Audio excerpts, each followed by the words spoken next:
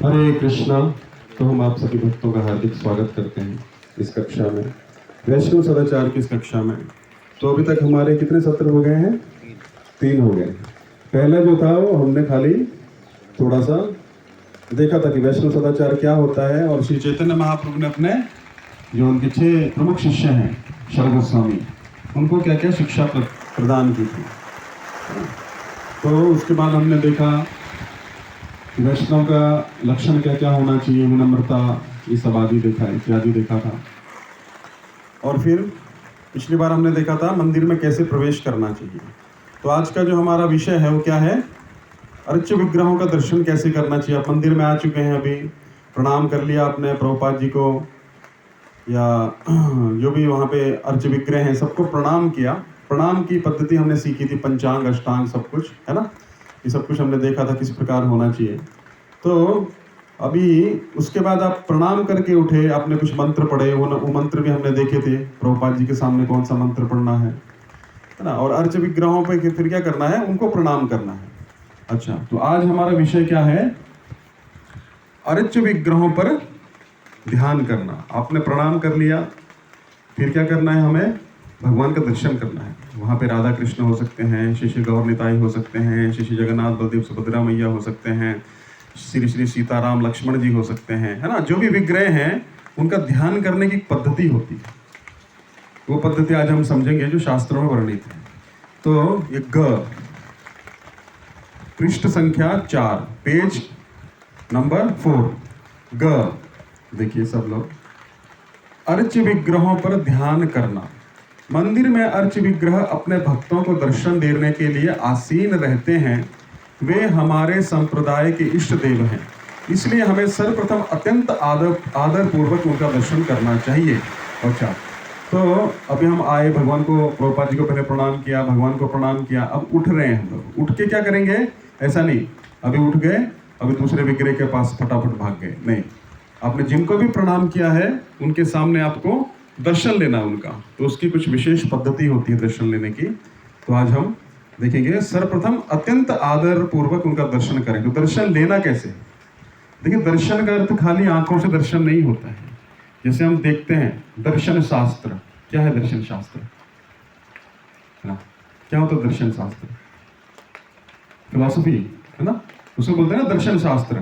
तो जो किसी भी चीज का दर्शन करा दे, केवल आंखों से नहीं बुद्धि से भी, उसको कहा जाता है दर्शन।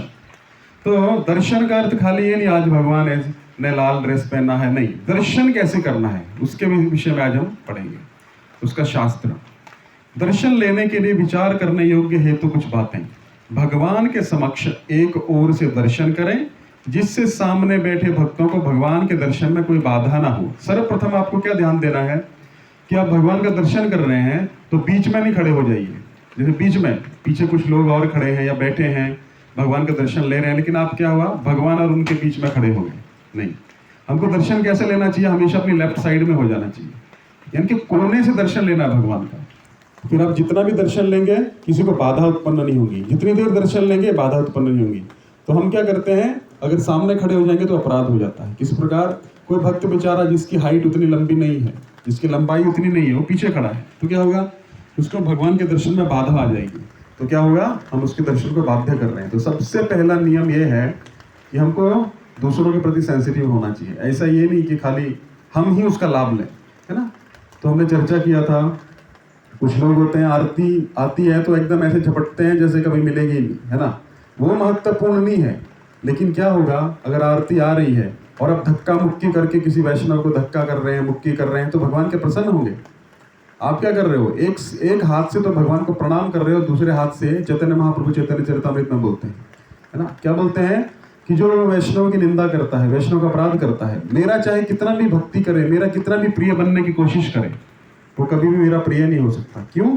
क्योंकि वो एक हाथ से तो मेरी भक्ति कर रहा है, मुझे प्रणाम कर रहा है, जप कर रहा है, और दूसरे हाथ से पत्थर उठा के मेरे सर पे मार रहा है। कैसे? क्योंकि मेरे प्रिय वैष्णव को दुखा रहा है, उनके खिलाफ, उनके लिए कुछ षड्यंत्र रचना कर रहा है। तो इस प्रकार की जो बातें हैं वो चैतन्य महाप्रभु को बिल्कुल पसंद नहीं है। चैतन्य महाप्रभु पतित पावन है, कपट पावन नहीं है। कपट रख के हम उनके पास जाएंगे तो कभी भी हमारी प्रगति नहीं होगी। तो हमको क्या करना चाहिए, एक हाथ से माला और दूसरे हाथ से वैष्णव अपराध नहीं करना चाहिए। तो सबसे पहला ये छोटे छोटे, हम बड़े बड़े अपराधों के बारे में भी धीरे धीरे आएगा वो इसके बाद में सब कुछ। तो पहले छोटे छोटे से शुरू करिए। First of all become sensitive to others, है ना। अगर आप दूसरों के प्रति सेंसिटिव हैं, तो एक बार वेद व्यास से किसी ने पूछा कि हमको आप धर्म की परिभाषा बताइए। बहुत शास्त्र हैं, बहुत वेद हैं, करोड़ों करोड़ों श्लोक हैं, क्या पढ़ेंगे हम लोग, कोई उसका एक निचोड़ बताइए। तो वेद व्यास बोले, जो आप अपने लिए नहीं चाहते हो आप दूसरों के लिए भी मत सोचिए और मत करिए, वही धर्म है। अपने लिए कोई दुख नहीं चाहता है लेकिन दूसरों के लिए दुख देगा तो क्या होगा, वो धर्म है। अपने लिए कोई भूखा रहना नहीं चाहता लेकिन दूसरों को भूखा रखेगा तो वो धर्म है।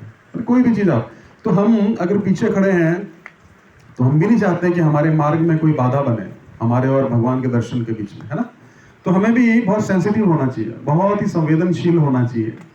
कैसे, दूसरों का पहले विचार करना चाहिए। ऐसा नहीं कि हमारा पेट भर जाए बस, नहीं। वैष्णव वो व्यक्ति है, वैष्णव जन तो तेने कहिए पीड़ पराई जाने रे। दूसरों की पीड़ा का जो समझे वही वैष्णव है। तो क्या करना चाहिए, हमको सबसे पहले ये ध्यान रखना चाहिए कि हम दर्शन ले रहे हैं तो कोई हमारे पीछे तो नहीं बेचारा खड़ा है, बच्चा या कोई, जिसके कारण हमारे कारण उसका दर्शन अवरुद्ध हो रहा है। तो भगवान के समक्ष एक ओर से दर्शन करें जिससे सामने बैठे भक्तों को भगवान के दर्शन में कोई बाधा ना हो, ठीक है। तो ये पॉइंट आपको समझ में आ गया। दूसरा, विग्रहों को दंडवत करने के पश्चात अत्यंत भक्ति भाव से उनका दर्शन करना चाहिए एवं उनसे कृपा की याचना करनी चाहिए। जैसे आपके घर में कोई आया, आपको प्रणाम किया और प्रणाम करके उठ के तुरंत आपकी तरफ देखा भी नहीं और आगे निकल गया, कैसा लगेगा आपको? क्या लगेगा, अरे प्रणाम तो किया लेकिन हमको देखा भी नहीं। आप उससे कुछ बात करना चाहते हो, कैसे हो, है ना, कैसे आना हुआ, लेकिन वो आपकी तरफ देखते नहीं, उठ के चले जाते हैं। तो भगवान भी क्या करते हैं, आप उनको प्रणाम करते हैं तो भगवान खड़े हो जाते हैं उठ के अपने आसन पे और क्या करते हैं, अभी आया है कुछ बात करेगा हमसे, है ना। ये तो एक जनरल शिष्टाचार है। अगर हम जनरल शिष्टाचार भी पालन नहीं करेंगे तो वैष्णव कैसे बनेंगे। तो भगवान भी अपने आसन से उठ के खड़े हो जाते हैं और क्या देखते हैं, हमारा भक्त है, हमको प्रणाम किया, कुछ दो बातें करेगा हमसे, लेकिन हम क्या करेंगे, तुरंत डर और आगे भाग के, क्योंकि हमको तो जल्दी जल्दी क्या करना है, प्रणाम करके निकल जाना है। नहीं, भगवान बहुत ही संवेदनशील व्यक्ति है, सबसे संवेदनशील। संवेदना कहाँ से आती है, सेंसिटिविटी कहाँ से आती है, भगवान से। तो भगवान जो है सुप्रीम है हर चीज में। क्रोध में सुप्रीम है तो नरसिंह देव है, मर्यादा में सुप्रीम है तो श्री रामचंद्र है ना, लीला में सुप्रीम है तो भगवान श्री कृष्ण है। उसी प्रकार संवेदनता में भी भगवान सबसे सुप्रीम पर्सनैलिटी है। तो ये भगवान का, सब में संवेदना कहाँ से आती है, भगवान से ही सारे गुण आ रहे हैं। तो उसी प्रकार भगवान सबसे संवेदनशील व्यक्ति है। तो आप उनसे बात नहीं करेंगे तो उनको बुरा लग जाएगा, उनका दिल दुख जाएगा, है ना। भगवान का दिल बहुत जल्दी दुख जाता है, भगवान बोलते नहीं है। तो एक बार एक ब्राह्मण था, वो ब्राह्मण सबको सम्मान देता था लेकिन सब लोग उसको गाली देते थे, उसका तिरस्कार करते थे। तो एक दिन वो बहुत दुखी हो गया, बहुत दुखी हुआ, और वो भगवान का भक्त भी था। तो दुखी होते होते वो गया और एक जंगल में जाके रोने लग पड़ा। उसको बहुत दुख लगा, इस संसार के लोग ऐसे ही हैं, हमारा दिल दुखाते रहते हैं। तो जब उसको दुख लगा तो भगवान अपने भक्त का दुख देख नहीं पाए, भगवान स्वयं प्रकट हो गए और उसको अपने गले से लगा दिया। तो भगवान को अपने गले से लिपटे हुए देखकर व्यक्ति पूछता है, भगवान भी उसके साथ में रोने लग पड़े। तो भगवान को बोलते, भगवान आप क्यों रो रहे हो? बोले कि क्योंकि तुम रो रहे हो। अरे मैं तो इसलिए रो रहा हूँ कि ये संसार के लोग, मैं कितना भी अच्छा करूँ, है ना, कितना भी मीठा बोलूँ, लेकिन कड़वा ही बोलेंगे, इसलिए मैं रो रहा हूँ। तो भगवान बोले, अरे तुम रो रहे हो, मुझे देखो, मैं सबको हवा, पानी, खाना, परिवारजन, शरीर, सब कुछ दिया है, फिर भी लोग मुझे गाली देते हैं, तो मैं कितना रोता हूँ, है ना। तो इसमें रोना नहीं है, सहन करो। तो भगवान क्या है, सबसे संवेदनशील व्यक्ति है। भगवान को भी दुख लगता है अगर कोई भक्त ऐसा करता है तो हमें क्या करना चाहिए, भगवान के ऊपर सारी चीज छोड़ देनी चाहिए। कोई हमको दुख भी दे रहा है तो हमको वहां से हट जाना चाहिए अगर दुख सहन नहीं हो रहा है। तो एक बार क्या था, भगवान श्री कृष्ण द्वारिका में भोजन कर रहे थे, भोग ले रहे थे। तो रुक्मिणी जी उनको पंखा कर रही थी। अचानक भगवान को पता नहीं क्या हुआ, उठे और भागने लग पड़े और भाग के महल के बाहर भाग गया। रुक्मिणी जी को पूछने का भी टाइम नहीं मिला कि क्या हुआ प्रभु। तो जब वापस आए तो उनका मुंह लटका हुआ था भगवान का और बहुत दुखी लग रहे थे। तो भगवान बोलते हैं, भगवान कुछ बोले नहीं, भगवान आके चुपचाप अपने आसन पे बैठ गया, चुपचाप फिर से भोजन करने लग पड़े। रुक्मिणी जी बोलती हैं, प्रभु क्या हो गया ऐसा, आप इतनी तेज गति से कहाँ पे भाग रहे थे? हमने देखा कि आप तो भोजन कर रहे थे लेकिन पता नहीं अचानक आपको क्या हुआ, आप महल से दूर भाग गए और इतनी देर बाद आ रहे हैं, क्या बात हुई? और ऊपर से आप पूरे मायूस भी हैं, आपका पूरे चेहरे का रंग उतर चुका है। तो भगवान बोलते हैं कोई बात नहीं देवी, कुछ नहीं, नहीं आप बताइए हमें क्या बात है।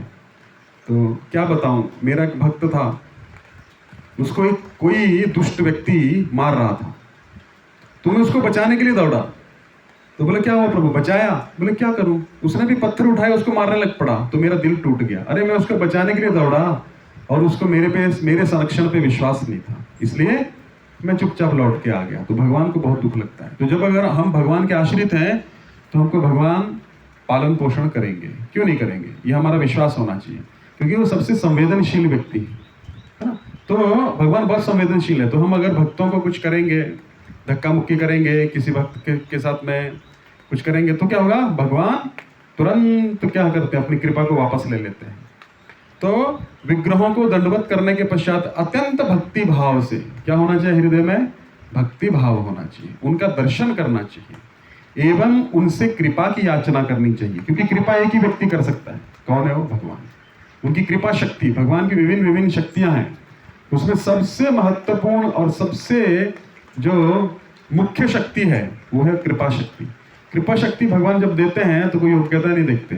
तो हमारे अंदर तो कोई योग्यता नहीं है, हमें ऐसा विचार करना चाहिए कि प्रभुपाद जी की कृपा से, हमारे वरिष्ठ वैष्णव और गुरुओं की कृपा से हम लोग आपके मंदिर में आपका दर्शन कर रहे हैं, लेकिन हम में तो कोई योग्यता नहीं है। लेकिन प्रभु आप एक ही चीज़ करो, हम पे कृपा कर दो। तो भगवान क्या करते हैं? कृपा कर देते हैं।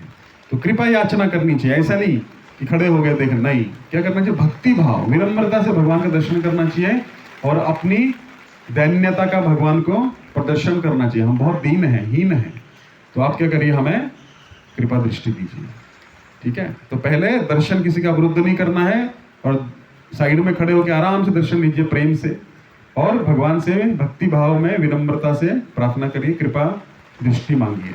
अच्छा, तीसरा, किसी को भी प्रत्यक्ष विग्रहों के मुख कमल को नहीं देखना चाहिए। भगवान का दर्शन कैसे किया जाए इसकी प्रामाणिक विधि का वर्णन श्रीमद् भागवतम में वर्णित है। देखिए यहाँ श्लोक भी दिया है। कौन सा श्लोक है? स्कंद कौन सा है? कौन सा स्कंद है? दूसरा स्कंद, दूसरा अध्याय 13, ठीक है। उसमें वर्णित है, क्या वर्णित है उसमें? कैसे दर्शन करना चाहिए। डायरेक्ट भगवान का मुख नहीं देखना चाहिए। कुछ लोग होते हैं डायरेक्ट भगवान का मुख देखते हैं, मुख नहीं देखना चाहिए। कैसे दर्शन करना चाहिए? पूरी विधि है दर्शन करने की। ये विधि एक साइंस है, एक विज्ञान है। अगर आप उस तरह से, कपिल मुनि अपनी माता देवहूति को बताते हैं कैसे करना है, ठीक है। दर्शन का भी एक विधि होता है। वो विधि क्या है? देखिए, अर्च विग्रह पर मनन ध्यान करने की प्रक्रिया भगवान के चरण कमलों से आरंभ की जाए। आपको डायरेक्ट भगवान का मुख नहीं देखना है। प्रणाम किया, उठे, साइड में आ जाइए, किसी वैष्णव का अपराध ना हो, किसी को दर्शन लेने में बाधा ना हो, फिर भक्ति भाव से, विनम्रता से भगवान का दर्शन करिए। दर्शन कैसे करना है? भक्ति भाव से। और क्या करना है फिर? कृपा दृष्टि करो, प्रभु कृपा दृष्टि करो। लेकिन मुख पे दर्शन नहीं करना, सबसे पहले चरण पे दर्शन जाना चाहिए। भगवान के जो चरण कमल हैं उसका दर्शन करिए, ठीक है। अर्च विग्रह पर मनन ध्यान करने की प्रक्रिया भगवान के चरण कमलों से आरंभ की जाए और उसकी प्रगति धीरे धीरे सुहास्य मुख कमल तक हो, है ना। चरण से दर्शन शुरू करिए, चरण का सुंदर दर्शन करिए, थोड़ी देर ध्यान करिए भगवान के चरणों पे। उसके बाद धीरे धीरे भगवान के घुटनों पर आइए, घुटनों का सुंदर दर्शन करिए। धीरे धीरे ऊपर भगवान की कटी पर आइए, कमर पे आइए। धीरे धीरे भगवान का दर्शन ऊपर ऊपर करते भगवान के वक्षस्थल पर आइए। धीरे धीरे भगवान के गर्दन का दर्शन करिए, कंधों का दर्शन करिए। धीरे धीरे फिर जाके भगवान के मुख कमल का दर्शन करिए। उसमें भगवान के सुंदर सुंदर बिंब के समान क्या है? होंठ है ना। और उनके सुंदर सुंदर गाल हैं, उनका सुंदर नाक है, उनकी सुंदर आंखें हैं, भगवान की आंखों का, इस सब का दर्शन बहुत धीरता से करना चाहिए, धैर्य पूर्वक करना चाहिए। तब वो विग्रह का जो दर्शन है, भगवान का जो दर्शन है, आपके मन में उतर जाएगा, नहीं तो नहीं उतरेगा। दर दर दर प्रणाम किया, उठ के भाग गए, कैसे भगवान का स्मरण होगा? तो जब आप अपने घर पे भी जाएंगे या अपने काम धंधे बिजनेस में रहेंगे, आंख बंद करेंगे, वही सुंदर दर्शन है ना, त्रिभंग ललित भगवान श्री कृष्ण श्रीमती राधा रानी आपके हृदय में प्रकटित हो जाएंगे। तो ये दर्शन लेने का विधि है। देखिए साइंस है कि नहीं है, कितना सुंदर साइंस है, कितना एक चीज हमारे शरद गोस्वामीगण सिखा के गए हैं, लेकिन हमको सीखना नहीं है। तो कैसे फिर भगवत प्राप्ति होगी? अच्छा, मुख कमल तक आपको धीरे धीरे जाना है। चरण कमल, घुटने के नीचे एवं ऊपर के अंग, जांघ और इस प्रकार एक के बाद एक शरीर के अंगों पर ध्यान केंद्रित करें। तो भगवान के चरण कमलों पर ध्यान करना चाहिए। हे प्रभु, है ना, अपनी अपनी प्रार्थनाएं होती हैं, जो जो आपने पढ़ा है, जो जो आपने सुना है। प्रभु आपके चरण कमलों का ध्यान योगी गण करोड़ों करोड़ों जन्मों तक करते हैं, लेकिन फिर भी आपकी प्राप्ति नहीं होती है। आपके चरण कमल कितने दिव्य हैं और कितने सुंदर हैं, है ना, इस प्रकार ध्यान करना चाहिए, है ना। तो भगवान के चरण कमलों में सारे चिन्ह अंकित हैं। अगर उनका दर्शन हो, कोई बात नहीं हो रहा है तो उसके बारे में पढ़ना चाहिए। भगवान के चरणों पे कौन कौन से चिन्ह अंकित हैं, है ना, श्रीमद् भागवत में वर्णन है, तो उनका दर्शन करिए। भगवान के फिर घुटनों पर, जांघों पर दर्शन करिए, है ना। हे प्रभु, आपकी इन जंघाओं ने क्या किया था? तीनों लोगों को सिर्फ 2 पग में नाप लिया था, और तीसरा पग, ये भगवान की लीला का स्मरण हो जाएगा। कटी, आपकी कितनी सुंदर कटी है, कटी मतलब कमर, है ना। तो भगवान क्या करते हैं वृंदावन में, अपने कटी में, आप दर्शन में भी देखेंगे बहुत सुंदर, या तो फूल माला डाले होंगे, या अलग अलग भगवान जो है कुछ आभूषण पहनते हैं उसमें। तो कटी का सुंदर दर्शन करिए। भगवान का पेट देखिए, पेट मतलब भगवान का जो उदर है उसका दर्शन करिए। उदर कितना सुंदर है, सारे ब्रह्मांड उस उदर के अंदर वास करते हैं, इसका दर्शन करिए, इसका स्मरण करिए। फिर भगवान के वक्ष स्थल पे आइए, जहाँ पे स्वयं लक्ष्मी जी वास करती हैं। उनके हृदय में स्वयं राधा रानी वास करती हैं, और भगवान के भक्त उनके हृदय में वास करते हैं। इस प्रकार भगवान का दर्शन करिए। कंधों का दर्शन करिए, भगवान के चौड़े कंधों का।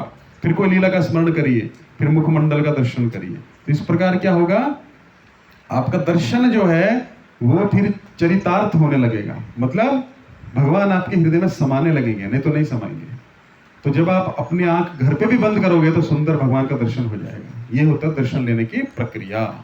अच्छा, भगवान के शरीर के अंगों के विभिन्न भागों पर क्रमशः मन जितना अधिक स्थिर होता है, उतना ही अधिक हमारे मन एवं बुद्धि का शुद्धिकरण होता है। प्रभु जी, हमारा ध्यान नहीं लगता जप में। प्रभु जी, हमारा ध्यान नहीं हटता है जॉब धंधे से। कैसे हटेगा? दर्शन नहीं ले रहे हो, जैसे षड गोस्वामी गण बताए हैं अपनी पुस्तकों में।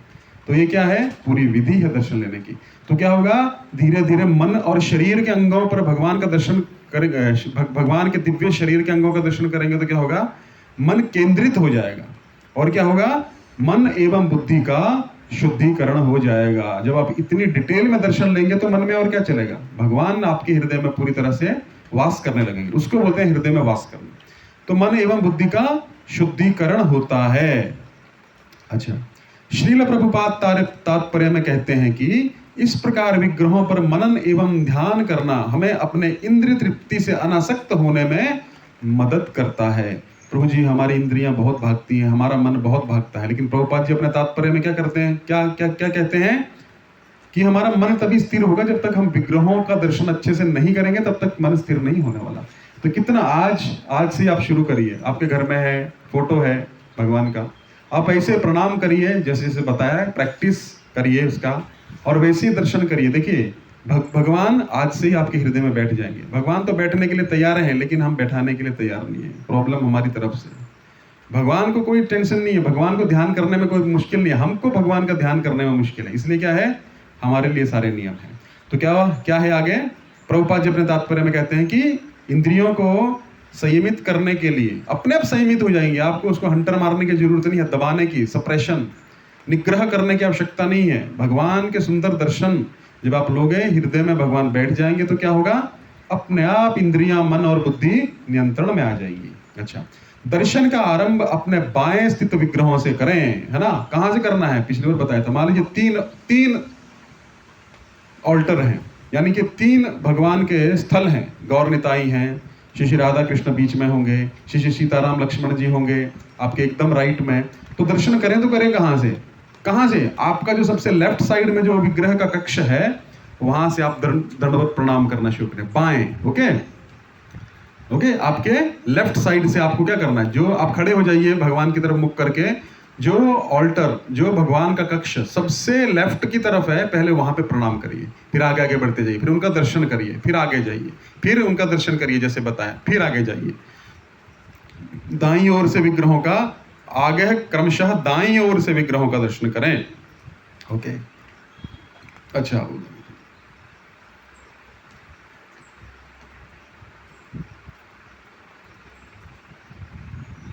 ठीक है, तो क्या हुआ,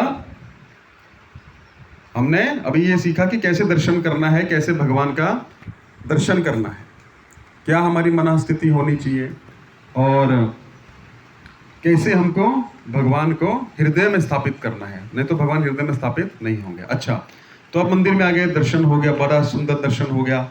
अब आपको मंदिर में बैठना है, तो अभी हम सीखेंगे मंदिर में बैठने की विधि। बैठेंगे कैसे हम मंदिर में, है ना, कैसे बैठना है मंदिर में। मंदिर में बैठने के संबंध में अनेक नियम हैं, अब इनको भी जान लीजिए। पेज संख्या 5, पेज संख्या 5, मंदिर में बैठने के नियम। कैसे बैठना है, मंदिर में बैठते समय अर्च विग्रहों के समक्ष पैर खुले ना हो अथवा अपने पैरों की उंगलियों का निर्देश अर्च विग्रह गुरु महाराज एवं तुलसी देवी की ओर ना हो। यदि संभव हो तो पैर एवं एड़ियां ढकी होनी चाहिए। देखिए, आप बैठे हैं तो पैर ऐसे फैला नहीं देना भगवान की तरफ, है ना, या आपकी पैर ऐसा नंगे हैं, मतलब आपने पैंट पहनी है फिर भी भगवान की तरफ पैर जा रहे हैं, तो उनको ढकना चाहिए। जैसे धोती वाले तो आराम से ढक लेते हैं, है ना, ऐसे धोती से आपके पैर ढके होने चाहिए। किसके प्रति, या तो गुरु महाराज, प्रभुपाद जी, किसी का भी विग्रह हो सकता है, तुलसी जी हो सकती है, तुलसी देवी, है ना, ऐसे बहुत सारी चीजें हैं। तो उसमें हमको क्या करना है, उनकी तरफ हमारा पैर नहीं होना चाहिए, पैर नहीं होना चाहिए। और क्या हो, यदि संभव हो तो पैर अथवा एड़ियों को आप ढक लीजिए, ढक लीजिए उसको। तो किसी भी वैष्णवों के प्रति भी, कोई वैष्णव बैठा है तो उसमें भी उनका पैर की मतलब पैर उनकी तरफ नहीं होना चाहिए। ओके, तो ये पहला नियम है। अच्छा, तो हमारे पैर या तो ढके होने चाहिए और हमको पैर फैला के नहीं बैठना है। ओके, अगला, विग्रहों के समक्ष पैर फैला कर ना बैठें, इस पे हमने चर्चा कर ली, हमको पैर नहीं फैलाना है अपना। उसके बाद में विग्रहों के समक्ष एड़ी, कोहनी अथवा पैरों के तलवे को पकड़ कर ना बैठे। कई लोग ऐसे बैठ जाते हैं, ऐसे नहीं बैठना चाहिए, या एड़ी को पकड़ लिया, है ना, या हमने क्या किया, कोहनी को पकड़ लिया, ऐसा नहीं। ऐसा कैसे बैठते हैं, ऐसे, है ना, भगवान के सामने हाथ बांध के भी नहीं बैठना चाहिए। तो ये भी हमको देखना है कि भगवान के सामने हम हाथ को न बांधें। अर्च विग्रह के समक्ष झपकी ना लें और ना ही सोएं। कई होते हैं बीच में झपकी आ गई तो क्या करिए, कंट्रोल करिए। आपको नींद आ रही है तो उधर से उठ जाइए। जैसे कभी कभी होता है, मंगल आरती आए हैं और भागवतम क्लास चल रही है तो नींद आती है, तो अगर आपको नींद आ रही है तो जाइए, पीछे आराम से खड़े हो जाइए और पीछे खड़े होकर क्या करिए, थोड़ा, है ना, ये तो बहुत ही नींद आ रही है तो पीछे जाके आप खड़े हो जाइए तो थोड़ी देर में, या तो आप क्लास नहीं सुन पा रहे, इतनी नींद आ रही तो जाके कहीं पे आप रेस्ट कर सकते हैं। ऐसा कुछ ये नहीं है कि नहीं आपको जबरदस्ती ही ये करना है, तो वो हमको चीजें देखनी होगी। तो समझ गए आप कैसे बैठना मंदिर में, ये सब चीजें ध्यान देने योग्य हैं। बोलना या बातें करना। अच्छा, मंदिर में क्या क्या बात करना चाहिए उसके विषय में। अर्च विग्रहों के समक्ष कोई, अभी भगवान आपके सामने है, ऑल्टर खुला है, भगवान आपको देख रहे हैं, तो क्या करना है, सबसे पहले जोर से ना बोलें, किसी को नहीं इधर आओ प्रभु जी हरि बोल, ऐसा कुछ नहीं करना है। बहुत जैसे भगवान स्वयं वहां पे बैठे हैं तो आप कैसे बर्ताव करोगे, वैसा बर्ताव होना चाहिए। किसी को भी आवाज नहीं मारना चाहिए, किसी को भी बताना है, बुलाना है, आप उसके पास जाइए और धीरे से बात करिए, तो जोर से ना बोलें, झगड़ा ना करें। अभी कुछ वाद विवाद हो गया तो भगवान के सामने चालू हो गए, नहीं, झगड़ा भी नहीं करना है हमको। कोई भी अगर हमको समस्या है, मंदिर कक्ष से बाहर चले जाइए, बाहर आराम से बात करिए। बाहर भी झगड़ा नहीं करना है, लेकिन भगवान के सामने तो बिल्कुल ही नहीं करना है, झगड़ा ना करें। किसी की भी निंदा अवहेलना ना करें अथवा क्रोधित ना हो, ना तो क्रोध करना है ना, किसी पे क्रोध कर दिया, क्या कर रहे हो तुमको पता नहीं सेवा कैसे की जाती, नहीं, भगवान के सामने कभी किसी को डांटना नहीं चाहिए, क्रोध भी नहीं करना चाहिए, और निंदा बिल्कुल नहीं, किसी की भी निंदा मत करिए, है ना, ये भगवान के कक्ष में कभी भी नहीं करनी चाहिए। ऐसा नहीं कि बाहर कर सकते हैं जाके, भगवान के कक्ष में चलेगा प्रभु, हम तो भगवान के सामने हैं तो निंदा नहीं के पीछे जाके कर लिए, है ना, नहीं, कभी भी निंदा मत करिए। इसका मतलब है अवहेलना भी मत करिए, और क्रोध हो सके जितना हो सके उतना शांत रखने का प्रयास करिए। दूसरों से बोलते समय संतप्त होकर अथवा किसी के मन को दुख हो, इस प्रकार ना बोलें, है ना, किसी को आपने दुखा दिया, ऐसा मत करिए। संतप्त हो तो क्या करना है, उसको दुखी मत करिए किसी भी व्यक्ति को, जिससे उसका मन दुख हो जाए। दूसरों की स्तुति ना करें, सबसे महत्वपूर्ण बात, निंदा भी नहीं करनी है, स्तुति भगवान के सामने नहीं करनी है, बाहर कर सकते हैं। भगवान के सामने गुरु की स्तुति हो सकती है, जैसे गुरु महाराज आए तो आप उनका कुछ गुणगान कर रहे हैं तो वो ठीक है, क्योंकि वो शुद्ध वैष्णव है। लेकिन किसी और की कभी भी स्तुति, भगवान का द्वार खुला है तो भगवान के सामने ऐसे नहीं, ये बहुत महान है, इन्होंने ऐसा ऐसा किया, नहीं, क्योंकि भगवान से महान कौन हो सकता है? तो क्या है, भगवान से सारी शक्ति आ रही है, तो भगवान के सामने कभी भी किसी की स्तुति नहीं करनी चाहिए। और देवताओं की निंदा ना करें। देवताओं की निंदा का मतलब ऐसा नहीं, अरे ये देवता तो ऐसा है, ऐसा नहीं। देवताओं की निंदा का मतलब ये नहीं कि आप उनको, देवताओं का एक स्थान है, उस स्थान को जानिए, देव निंदा मत करिए, ठीक है? स्थान है देवताओं का, कैसा है? शिव जी का अपना एक स्थान है, देवी का अपना एक स्थान है, गणेश जी का। अब आप बोलेंगे नहीं, ये तो सबसे बड़ी मूर्खता है। क्या मूर्खता है? देवी देवता भगवान के अंश है और भगवान ने उनको कुछ कार्य दिया हुआ है। अगर हम उन लोगों को निंदा करेंगे तो भगवान क्या करेंगे? बिल्कुल क्रोधित हो जाएंगे। भगवान क्यों निंदा कर रहे हैं? अननेसेसरी देवताओं की भी और किसी व्यक्ति की भी निंदा नहीं करनी चाहिए, चाहे वो कैसा भी है। तो हमको निंदा से बचना चाहिए। निंदा एक ऐसी चीज है, पूरा खा जाएगी भक्ति को। जितना हो सके चुप रहिए। कुछ बात को अगर बोलना भी है, सामने जाके बात करिए, किसी के पीठ के पीछे बात मत करिए, है ना? एक अच्छे तरीके से बात करिए, है ना? वैष्णव मतलब जेंटलमैन। वैष्णवी अगर हम बाहर की आदतों को अभी भी रख के रखेंगे तो हमारे भक्ति का कोई लाभ नहीं। मजाक ना करें अथवा व्यर्थ की बातें ना करें। हाँ, किसी का जोक बना दिया, किसी के सामने हा हा हा हंसने लग पड़े जोर से, नहीं। भगवान के सामने ये सब बातें नहीं होनी चाहिए। ना तो मजाक होना चाहिए, ना तो व्यर्थ की बातें होनी चाहिए, और असत्य भी नहीं बोलना चाहिए। किसी के सामने झूठ बोल रहे हैं भगवान के सामने, नहीं बोलना चाहिए। कभी बोलते हैं ना, देखो भगवान हमारे सामने खड़े हैं, मैं कर दूंगा आपका काम, लेकिन इस तरह की चीजें, कसम देना, ये करना, ये नहीं करना चाहिए भगवान के सामने। और ना तो भगवान के सामने कुछ ऐसे साक्षी है वो नहीं करना चाहिए, तो भगवान उसके लिए नहीं है। अच्छा, टिप्पणी है यहाँ पे, अतिथि अथवा भक्तों की कृष्ण भावना में वृद्धि अथवा प्रचार में मदद हो रही हो तो मंदिर में बोलना वर्जित नहीं है। मान लीजिए अभी कोई आ रहा है, प्रभु जी ये कौन है, नहीं बोलना नहीं है, नहीं। अगर कोई व्यक्ति पूछ रहा है ये कौन कौन है, तो आप कृष्ण कथा के उद्देश्य से मंदिर में भगवान के सामने भी बोल सकते हैं प्रचार हेतु, परंतु इसके अतिरिक्त अन्य सभी प्रकार की चर्चा मंदिर के बाहर ही करनी चाहिए। अभी बोल रहा है प्रभु जी हम आपके लाइफ मेंबर बनना चाहते हैं, ये है वो है, नहीं, वो चर्चा विग्रह के सामने नहीं, उसको बाहर लेके जाइए, शांति से उसको जो बात करनी है कर दीजिए। या किसी को कुछ भी है ना, तो भगवान के रिलेटेड वो प्रश्न पूछ रहा है, ये कौन है? जैसे हमारे मंदिर में गौर निताई रहते हैं, बहुत से लोग नहीं जानते हैं ये कौन है, तो फिर आप उनका गुणगान कर सकते हैं, वो बात बोल सकते हैं। लेकिन और कोई चर्चा करनी हो तो मंदिर कक्ष से बाहर चले जाइए और फिर बाहर चर्चा करिए, कोई बोलने में दिक्कत नहीं है।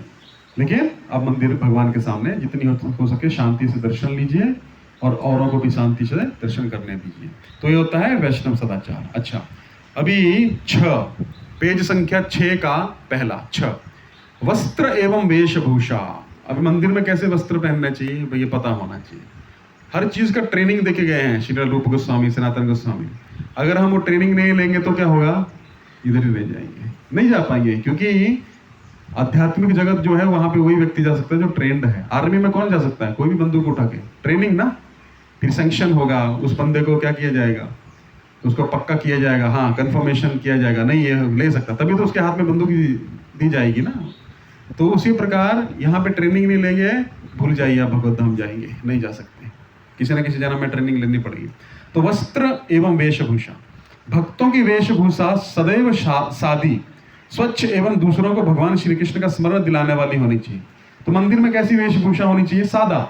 ऐसा नहीं है कि बहुत चमक धमक वाला, है ना, एकदम इतना इत्र लगाए हैं आप, है ना, कि भाई पूरा 2 किलोमीटर तक महक जा रही है ना, ऐसा नहीं होना चाहिए। एकदम सादा, भगवान के सामने आप क्या अपना, और स्वच्छ होनी चाहिए। ऐसा नहीं गंदा ही पहन लिया, कुर्ता है एकदम काला पड़ गया, नहीं। वैष्णव मतलब नीट एंड क्लीन। एवं दूसरों को भगवान श्री कृष्ण का स्मरण दिलाने वाली होनी चाहिए। तो आप जो भी वेशभूषा पहनते हैं, ऐसा नहीं है डेनिम की टी शर्ट पहन के आ गए, है ना, डेनिम का फटी हुई जीन्स पहन के आ गए, नहीं। आपकी वेशभूषा कैसी होनी चाहिए? दूसरों को तुरंत श्री कृष्ण भगवान का स्मरण हो जाए, अरे ये तो हरे कृष्ण वाला है। आप बाहर भी जाते हैं, तिलक लगाया तो तुरंत लोग क्या करते हैं, हम जानते हैं हरे कृष्ण बोल, अच्छा हम तो जानते नहीं, लेकिन क्या हो, तुरंत हमारी वेशभूषा, धोती कुर्ता, हमारा तिलक देख के, हमारी शिखा देख के क्या करेगा वो, तुरंत हरे कृष्णा करेगा। तो वेशभूषा कैसी होनी चाहिए? जिससे खुद को भी भगवान का स्मरण हो, दूसरों को भी। देखिए धोती होती है, धोती में कोई जेब देखी है आपने कभी? जेब, पॉकेट क्यों नहीं होती? धोती हमको हमेशा स्मरण कराती रहती है, हम कुछ भी साथ में नहीं लेके जा सकते, है ना। इसलिए धोती, वैदिक ये है। तो उसी प्रकार जो वेशभूषा हमको भगवान का स्मरण कराए उसको क्या करना है, उसको ही पहनना है। अच्छा, इतना आप समझ। तिलक लगाना चाहिए, है ना, वो आगे आएगा सब कुछ, तिलक कैसे लगाना है क्या है। लेकिन सबसे पहले हमको सादा, अगर आपके पास धोती कुर्ता भी नहीं है तो सादे वस्त्र पहन के आइए। ऐसा नहीं बहुत तमक झमक पैसे का चमक नहीं। भगवान के मंदिर में हमने पहले पिछली कक्षाओं में भी सीखा था, हमको एक दास की भांति आना चाहिए, ना कि एक स्वामी की भांति, क्योंकि स्वामी भगवान है। तो फिर क्या करिए, विशेषतः प्रातः कालीन एवं रविवारीय कार्यक्रम के समय एवं उत्सवों में मंदिर आने वाले भक्तों को निम्नलिखित वस्त्र धारण करने चाहिए। जो भक्त आ रहे हैं, या तो रविवार को आ रहे हैं, पुराने थोड़े से हो गए हैं, भक्ति में वृद्धि करने की इच्छा है, तो प्रातः काल मंगल आरती वगैरह में कौन सा वस्त्र पहनना चाहिए, धोती कुर्ता, है ना। पुरुष क्या करिए, धोती कुर्ता पहनिए, माताएं साड़ी पहन सकती हैं, एवं पुरुषों की उपस्थिति में सदा सिर ढककर रखें। तो ये तो भारत में बताने की आवश्यकता नहीं है, जो भी माताएं हैं अपना सिर ढक के रखती हैं। तो क्या करना चाहिए, जहाँ पे पुरुष हों, है ना, या मंदिर में अपना सिर ढककर माताओं को, हमेशा स्त्रियों को रहना चाहिए, ठीक है। अन्य किसी भी प्रकार के वस्त्र अपरिहार्य अवस्था में अथवा प्रचार में अत्यावश्यक होने पर ही पहने। मान लीजिए अभी आप ऑफिस से आ रहे हो, शाम को कोई फेस्टिवल है, अभी क्या पहने, ऑफिस के वस्त्र पहने, तभी आ सकते हैं, कोई दिक्कत नहीं है। अभी क्या है, मजबूरी है, तो क्या है, ऑफिस से डायरेक्ट अभी कुछ फेस्टिवल है और आप डायरेक्ट आ रहे हैं, तो कोई दिक्कत नहीं है, ऑफिस के वस्त्रों में आइए, जिस वस्त्रों में है। लेकिन ट्राई करिए वो भी सादे होने चाहिए। ऐसा नहीं कि वो कुछ वेस्टर्न तरह के हमने ड्रेस पहना है तो निश्चित रूप से हमको मंदिर में उस ड्रेस में नहीं आना चाहिए, हमको वो ड्रेस चेंज कर लेनी चाहिए। अत्यावश्यक होने पर ही पहने, या प्रचार के लिए कभी कभी ऐसा होता है हमको पैंट शर्ट में जाना पड़ता है, तो ठीक है, जा सकते हैं, कोई दिक्कत नहीं है, लेकिन वो मजबूरी के समय, ऐसा नहीं, है ना। अच्छा, स्त्री एवं पुरुष दोनों ही वेशभूषा सादी एवं स्वच्छ शुद्ध स्वरूप की ही हो। उनकी वेशभूषा सादी हो दोनों के लिए, और स्त्री ऐसा नहीं कि बहुत बनारसी साड़ी पहन के, है ना, नहीं, सादी होनी चाहिए, स्वच्छ होनी चाहिए और शुद्ध स्वरूप की हो। हाँ, फेस्टिवल्स वगैरह पे आप पहने को दिक्कत नहीं कि बहुत तमक झमक। रघुनाथ दास गोस्वामी को श्री चैतन्य महाप्रभु क्या बोलते हैं, भालो ना खाइबे भालो ना पैरी पे। क्या क्या करना है, ना तो बहुत अच्छा खाना है, ना तो नहीं, बुरा तो खाते थे रघुनाथ दास गोस्वामी। जो चीज कुत्ते भी नहीं खाते थे जगन्नाथपुरी में, उसको रघुनाथ दास गोस्वामी नाली में से निकाल के क्या करते थे, धो के खाते थे। ऐसा वैराग्य था। तो एक सन्यासी का वैराग्य कैसा होना चाहिए, उसको कभी भी भालो ना खाइबे भालो ना पैरीबे। चैतन्य महाप्रभु रघुनाथ दास गोस्वामी का यही संदेश दिए। क्या दिए, कभी भी अच्छा मत पहनो, सन्यासी का लक्षण है ये, है ना। गृहस्थ लोग ठीक है, बहुत ज्यादा भी ऐश्वर्यशाली नहीं पहनना चाहिए, लेकिन भालो ना खाइबे। अगर सन्यासी या कोई भी वैरागी है वो अच्छा खाने लग पड़ेगा, उसका वैराग्य टिकेगा नहीं। ये 110% पक्की बात है, क्योंकि अंदर क्रांति हो जाएगी, वो वैराग्य टिका नहीं पाएगा। इसलिए बहुत सिंपल खाना चाहिए भक्तों को, बहुत सिंपल, है ना। इसलिए इस्कॉन में एक नियम होता है, राजभोग वगैरह सब कुछ बाहर जाता है। क्यों जाता है, क्योंकि आप टिका नहीं पाओगे इसको। 4 दिन खाओगे रोगी हो जाओगे। कौन सा रोगी, भवरोगी। इतनी इच्छाएं जागृत होंगी मन में, अब टिका नहीं पाओगे, वैराग्य टिकेगा नहीं। इसलिए चैतन्य महाप्रभु हमको पढ़ना चाहिए। रघुनाथ दास गोस्वामी को क्या उपदेश दिए, चैतन्य महाप्रभु सनातन गोस्वामी चैतन्य महाप्रभु से मिलने आए, उनके पास में कंबल था, वो उनके किसी ने दिया था, रिश्तेदार ने, बहुत सुंदर कंबल था। चैतन्य महाप्रभु एक बार उस कंबल को देखे, तुरंत सनातन गोस्वामी समझ गए चैतन्य महाप्रभु क्या बोलना चाहते हैं। इतना सुंदर कंबल, आए हो सन्यासी बनने, है ना, तुरंत समझ गए। बाद में जाके वो एक भिखारी था, उस भिखारी को बोला, उसका फटा हुआ कंबल था, बोला अपना कंबल मेरे को दे दो। बोले अरे आपका तो अच्छा नया खासा है, ये तुम ले लो। तो क्या हुआ, चैतन्य महाप्रभु का वो समझ गए इशारा, तो फटा हुआ कंबल पहन लेके आ गए। चैतन्य महाप्रभु देखे, जैसे देखे तुरंत खुश हो गए, प्रसन्न हो गए। सनातन गोस्वामी समझ गए। तो इसलिए क्या करना चाहिए, सादा जिंदगी, सादा जीवन, उच्च विचार, नहीं तो भक्ति नहीं टिकेगा, वैराग्य नहीं टिकेगा, है ना। तो इसलिए हमको बहुत सावधान होना चाहिए। आधुनिक फैशन के अथवा बहुमूल्य वस्त्र ना पहने। आपके वस्त्र ठीक रीति अनुसार एवं सभ्य होने चाहिए। ऐसा नहीं कि भी छोटे फटी जीन्स पहन के आगे मंदिर में, नहीं, सभ्य, क्योंकि वैष्णव सबसे सभ्य व्यक्ति है। बाल आपके छोटे होने चाहिए, ब्रह्मचारियों को क्लीन शेव होना चाहिए, एकदम टकाटक, है ना, और शेव। तो वैष्णव जो भगवान की सेवा कैसे करेगा, जब तक बाल रहेगा। भगवान की सेवा हमारे गौड़ी वैष्णव में नहीं होती है, चैतन्य महाप्रभु का आपने कभी फोटो देखा एकदम बाल उगे हुए, या प्रभुपाद जी का दाढ़ी बढ़ाई हुई? नहीं, आप नहीं देखोगे। या रूप गोस्वामी का ऐसा दाढ़ी? नहीं, कभी नहीं देखेंगे, एकदम क्लीन शेव।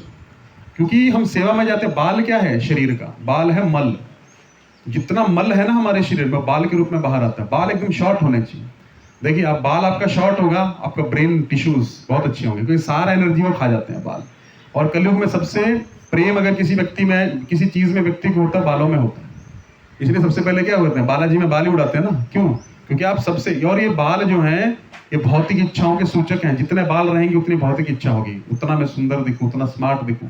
अब व्यक्ति से सब कुछ मांग लीजिए, सब कुछ दे देगा, बोलेंगे तो मुझे बाल निकालना है, बाल नहीं निकालेगा। तो बाल ब्रह्मचारी है ना। बाल ब्रह्मचारी मतलब बाल के साथ जो ब्रह्मचारी होता है, तो बाल नहीं होना चाहिए ब्रह्मचारियों के, है ना। सुगंधित तेल, इत्र के फव्वारे, सेंट एवं श्रृंगार के अनावश्यक वस्तुओं का प्रयोग ना करें। तो भक्त का जीवन सादा होना चाहिए। अगर वो इसमें लगा रहेगा तो क्या होगा, भक्ति कब करेगा, है ना। और क्लीन शेव होते हैं तो क्या होता है, हम स्वच्छ रहते हैं। भगवान के पास कैसे जा सकते हैं? प्रभुपाद से कोई पूछा, प्रभुपाद जी विग्रह की सेवा में क्या योग्यता होनी चाहिए? प्रभुपाद जी बोले उसके मुंह से बांस नहीं आनी चाहिए, और उसका जो ये रहता है ना, बाजू के नीचे के जो बाल रहते हैं वो नहीं होने चाहिए, बांस आती नहीं। और क्लीन शेव होना चाहिए, टकाटक। नहाया तो पूरा कचरा निकल गया, नहीं तो बाल में कचरा फंसा रहेगा, और भौतिक इच्छाओं का भी कचरा फंसा रहेगा। ओके, ठीक है। इसलिए हाँ, वैष्णव के लिए सादा रहना अत्यंत महत्वपूर्ण है। क्यों बोल रहे हैं बार बार? अत्यंत महत्वपूर्ण है, नहीं तो नहीं टिकेगा। क्लीन शेव, सादे वस्त्र, सादा भोजन, यही वैष्णवाचार। ठीक है। भगवान श्री चैतन्य महाप्रभु कहते हैं, नहीं, सभी कार्यक्रमों के समय, विशेषतः मंदिर के प्रातःकालीन एवं अन्य कार्यक्रमों के समय भी स्वच्छ कपड़े पहने, पिछले दिन के पहने हुए वस्त्र ना पहने। हाँ, अभी बरसात की ऋतु चल रही है तो 2-3 जोड़ी होना चाहिए, है ना, ताकि आपका एक धोए तो सूखता रहे। लेकिन कभी भी रिपीट नहीं करना उसको, जितना हो सके, है ना। अब इमरजेंसी है वो अलग बात है, कि भाई हम मंदिर ही नहीं जाएंगे, हमने कल कुर्ता पहना था अब हम नहीं, वो अलग बात है। लेकिन जितना हो सके हमको स्वच्छ कपड़े पहन के मंदिर में आना चाहिए। अच्छा, भगवान श्री चैतन्य महाप्रभु कहते हैं कि वैष्णव का अर्थ है ऐसा व्यक्ति जिसे देखने मात्र से भगवान श्री कृष्ण का स्मरण हो जाए। इसीलिए एक वैष्णव की पहचान करवाने वाली निम्नलिखित बातों के प्रति भक्तों को अत्यंत जागरूक होना चाहिए। तो जैसे आप उस भक्त का दर्शन करो, तुरंत भगवान श्री कृष्ण का स्मरण हो, वही तो वैष्णव है ना। आप तुरंत देखते हैं पुलिस वाला आ रहा है, उसकी ड्रेस देख के तुरंत सतर्क हो जाते हैं कि नहीं हो जाते, है ना। वैष्णव की भी एक ड्रेस होती है, पुलिस की एक ड्रेस है, डॉक्टर की एक ड्रेस है, आर्मी वालों की एक ड्रेस है, कंपनी में एक ड्रेस है, लेकिन भक्तों की भी एक ड्रेस तो होनी चाहिए ना। तो एक ड्रेस होती है, धोती कुर्ता, तिलक, गले में कंठी, हाथ में माला, तभी तो वैष्णव कहलाएगा। तो क्या क्या चीजें होनी चाहिए कि वैष्णव के शरीर पे, या उसका शरीर किस प्रकार से दिखना चाहिए, आगे हम चर्चा करेंगे धीरे धीरे। तो हमने अभी तक क्या सीखा? वस्त्र जो है एकदम ऐसा नहीं कि जिसमें शरीर अंग प्रदर्शन हो, इस प्रकार के वस्त्र ना तो स्त्रियों को पहनने चाहिए ना पुरुषों को पहनने चाहिए, जिससे इंद्रियां जो है तुरंत विचलित हो जाए। नहीं, आप खुद सोचिए कि हम ऐसे वस्त्र पहने जिससे एक मर्यादा बनी रहे। ठीक है, तो अभी हम धीरे धीरे चर्चा करेंगे। सबसे पहले आएगा तिलक। तिलक कैसा होना चाहिए? तिलक लगाने की विधि श्रील प्रभुपाद श्रीमद् भागवतम के तात्पर्य में तिलक के संबंध में लिखते हैं, कलयुग में सोना या आभूषण प्राप्त करना कठिन है, किंतु शरीर शुद्ध करने के लिए उस पर 12 स्थानों पर लगाए जाने वाले तिलक की सज्जा पर्याप्त है। यदि आपके शरीर पे तिलक लगा हुआ है ना, आपको कोई सोना चांदी पहनने की आवश्यकता नहीं है ना। शास्त्रों में, शायद पद्म पुराण या स्कंद पुराण, दोनों में से एक में वर्णन आता है तिलक की महिमा, है ना। तिलक की महिमा का वर्णन आता है।